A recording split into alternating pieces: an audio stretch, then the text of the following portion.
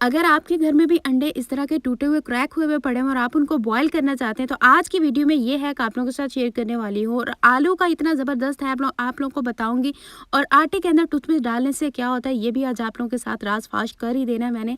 और ये देखें, यहाँ पे आजकल सर्दी बहुत है, बच्चे बड़े हर कोई बीमार हो रहा है। ऐसी ज़बरदस्त रेमेडी आप लोगों के साथ शेयर करूंगी कि डॉक्टर की तो छुट्टी हो ही जाएगी साथ साथ, और आप लोग बीमार भी नहीं होंगे। बस ये एक चीज़ बना के आप लोग रख लें और हर मुश्किल से जान छूट जाएगी। साथ ही साथ आप लोगों को ये भी बताऊंगी कि जब हम इस तरह से किचन में कोई चीज़ पीसते हैं, आवाज़ इतनी आती है, उस आवाज़ को कैसे रोकना है ये भी बताने वाली हूँ। और अगर आप लड़की हैं या लड़का और आपकी शादी है करीब, तो आपके घर में इस तरह की अगर बची हुई लेसन, तो इस वीडियो को देखने के बाद आपके काफ़ी सारे पैसों की बचत हो जाने वाली है। तो चलिए आते हैं अपनी आज की टिप नंबर 1 की तरफ। बिस्मिल्लाहिर्रहमानिर्रहीम, welcome back to my channel.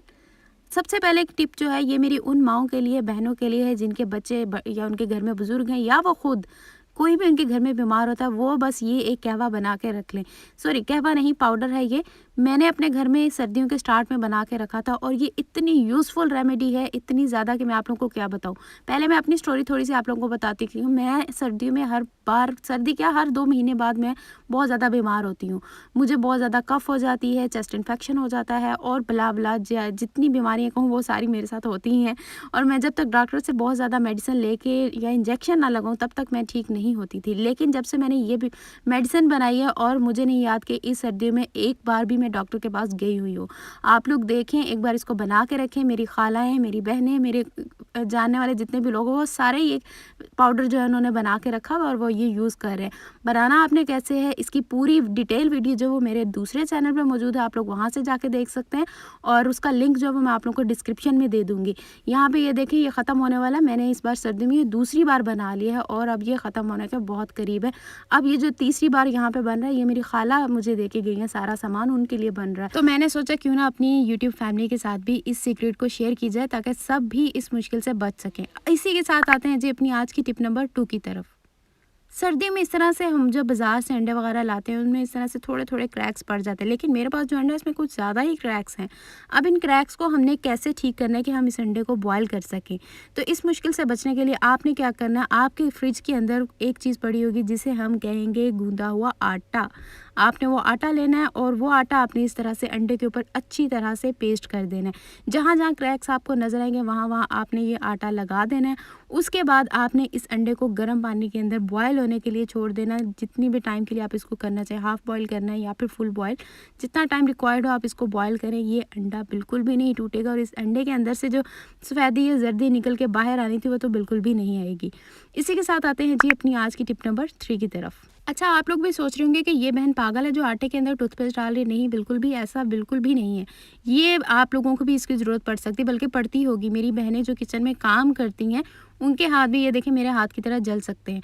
तो आपने क्या करना है, अगर आपके हाथ जल जाएँ और आप चाहते हैं कि आपके हाथों के अंदर वो जो छाला बन जाता है वो ना बने, आपने फ़ौरन से फ्रिज में से आटा निकालना है और उसके अंदर इस तरह से लगा देनी है टूथपेस्ट। और अच्छी तरह से इसको इसके ऊपर लगाने के बाद आपने अपने हाथ के ऊपर जहाँ से आपका हाथ जला हो वहाँ पे ये आटा अच्छी तरह से लगा देना है। अक्सर बच्चों के हाथ जल जाते हैं। इससे एक तो क्या होगा कि छाला नहीं बनेगा, दूसरा क्या होगा कि जलन फ़ौरन रुक जाएगी। बच्चों के हाथ जल जाते हैं, तो आप ये टिप को लाजमी आजमाएगा, आपको बहुत फ़ायदा देने वाली है। इसी के साथ आते हैं अपनी आज की टिप नंबर 4 की तरफ। मेरी बहनें जो किचन में काम करती हैं वो इस चीज़ से बहुत अच्छी तरह से वाकिफ़ होंगे कि जब हम लोग किचन में कोई चीज़ पीसते हैं तो उसकी आवाज़ हमारे साथ वाले घर तक जा रही होती है, जो कि इतना इरिटेट करती है, घर में मौजूद अफराद को इतना इरिटेट करती है। कभी कभार साथ वाले घर से शिकायत भी आ जाती है कि हमारे घर में कोई बीमार है या बच्चा सो रहा है, लेकिन आपके घर से बहुत ज़्यादा आवाज़ आ रही है। आप लोग भी इस चीज़ से रिलेट कर सकते हैं। अगर करते हैं तो मुझे ज़रूर कॉमेंट्स में बताइएगा। इसके लिए आपने क्या करना है, किचन टॉवल ले लेना है, उसको इस तरह से फोल्ड करके उसके ऊपर आपने इसको रखना है और फिर आपने जो भी चीज़ पीसनी है आपने वो पीसनी है। इससे एक तो आवाज़ नहीं आएगी और चीज़ भी अच्छी पीसी जाएगी। इसी के साथ आते हैं अपनी आज की टिप नंबर 5 की तरफ। तो दोस्तों, सर्दियों में अक्सर हम लोग आलू बहुत ज़्यादा बॉयल करते हैं। आलू का पराठा बनाने के लिए, आलू के चाट, आलू की टिक्की, इस तरह के डिफरेंट चीज़ों के लिए आलू तो बॉयल होते ही हैं। अब आलू बॉयल करना आसान काम है, लेकिन उसके बाद दूसरा काम आलू को बॉयल करके इसको काटना और इसका छिलका उतारना और इसको मैश करना जो है ना, ये थोड़ा मुश्किल काम लगता है। मुझे तो लगता है, आप लोग भी बताइएगा अगर आपको लगता है तो। इसको हमने क्या करना है, इस तरह से हमारे पास ये जो छलनी होती है जिससे हम पकौड़े वगैरह बनाते हैं, उसके अंदर आपने आलू रखना है और आलू का छिलका सेपरेट हो जाएगा और आलू भी मैश हो जाएगा। जाएगा। इस तरह से जब हम आलू को मैश करते हैं, एक तो आलू के अंदर लेस नहीं बनती और आलू चिपचिपा नहीं होता। और इस तरह से आलू को मैश करने के बाद आलू के टुकड़े जो हैं वो थोड़े बड़े रह जाते हैं। उनको छोटा कैसे करना है, उनको छोटा करने के लिए आप क्या करें, आप ले लें ये जो फोर्क होते हैं ना, कांटा भी जिसको हम बोलते हैं, उसके साथ आप आलू को मैश करें। आपके आलू में बिल्कुल भी चिपचिपापन नहीं आएगा, बिल्कुल भी इसमें लेस नहीं बनेगी और बहुत ही अच्छे से आलू मैश होकर तैयार होंगे। और अगर आप आलू को मैश नहीं करना चाहती, इसकी कटिंग करना चाहती है भल्ले वगैरह बनाने के लिए या चाट वगैरह, तो आपने क्या करना, आलू के 2 टुकड़े करने और एक टुकड़े से इस तरह से बहुत ही आसानी से इसका छिलका उतर जाएगा हाथ की मदद से ही।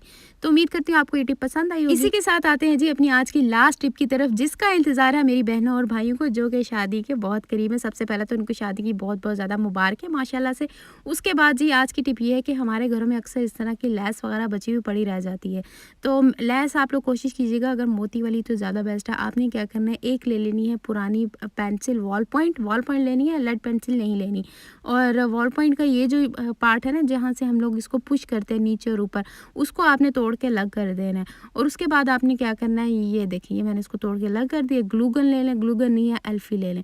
एल्फी लेने के बाद इसके ऊपर आपने ये जो सारी लैस है इसको अच्छी तरह से इसके ऊपर स्टिक कर देना है।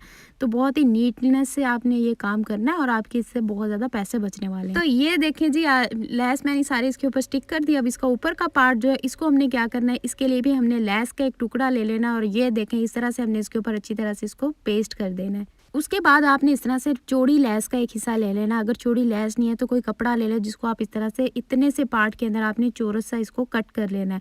कटिंग के बाद आप लोग यहाँ पे ग्लू गन लगा लें, सिलाई आती है सिलाई कर ले, एल्फी है तो एल्फी लगा लें। इसके दरमियान में दोनों साइड पे अच्छी तरह से मतलब इसको आपने चिपका लेना है।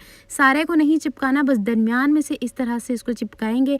और उसके बाद मैं आपको बताने वाली हूँ आपने इसके साथ क्या करना है। चिपकाने के बाद अगर तो आपके पास इस तरह का कोई रिबन है, वो रिबन इसके अंदर इस तरह से बांध ले। अगर रिबन नहीं है तो आप इसके यहाँ से सिलाई करके इसकी तरह से एक बो बना ले और इस बो बनी हुई को आपने पेंसिल के ऊपर लगा लेना। और घर में छत के ऊपर कोई कौवे परिंदे वगैरह आते हैं, उनका एक पर गिर ही जाता है कभी ना कभी, तो वो पर आपने इसके अंदर लगाना और बहुत ही ज़बरदस्त आपकी निकाह पेंसिल माशाल्लाह से बन के तैयार है। तो उम्मीद करती हूँ आपको आज की मेरी ये टिप्स एंड ट्रिक्स जरूर पसंद आएगी। जो टिप आपकी फेवरेट है वो मुझे कॉमेंट्स में बताइएगा और मुझे ये भी बताइएगा कि आप मेरी वीडियो किस कंट्री से, किस सिटी से वॉच करें। बहुत अच्छा लगता है जब आप लोग बताते हैं। तो मिलते हैं फिर नेक्स्ट वीडियो में इसी तरह को कुछ नया और इन्फॉर्मेटिव आप लोगों के लिए लेकर आऊँगी। तब तक के लिए मुझे दीजिए इजाज़त। अल्लाह हाफिज़।